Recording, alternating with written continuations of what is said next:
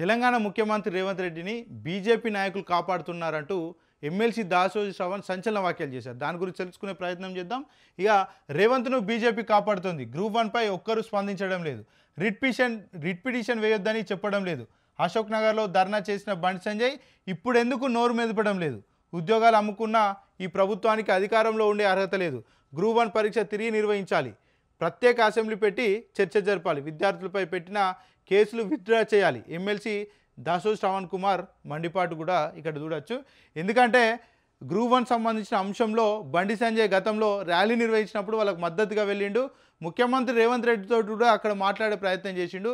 కానీ ఇప్పటి వరకు మళ్ళీ నిరుద్యోగుల సంబంధించినటువంటి విషయంలో నోరు విప్పట్లేదు. మరి హైకోర్టు ఇచ్చినటువంటి తాజా ఉత్తర్వుల్లో భాగంగా మరి తెలంగాణలో ఉన్నటువంటి బీజేపీ నేతలు ఎందుకు నోరు మెదపట్లేదు?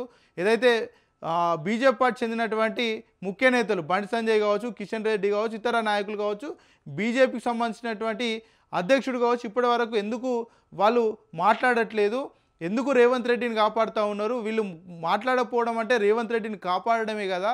మరి రిట్ పిటిషన్ వేయొద్దని ఎందుకు రాష్ట్ర ప్రభుత్వానికి చెప్పట్లేదంటూ కూడా మరి ఏదైతే ఇక్కడ దాసోజు శ్రవణ్ చెప్తా ఉన్నారు. ముఖ్యమంత్రి రేవంత్ రెడ్డి రాష్ట్ర బీజేపీ నేతలే రక్షిస్తున్నారని బీఆర్ఎస్ ఎమ్మెల్సీ దాసోజు శ్రవణ్ కుమార్ ఆరోపించారు.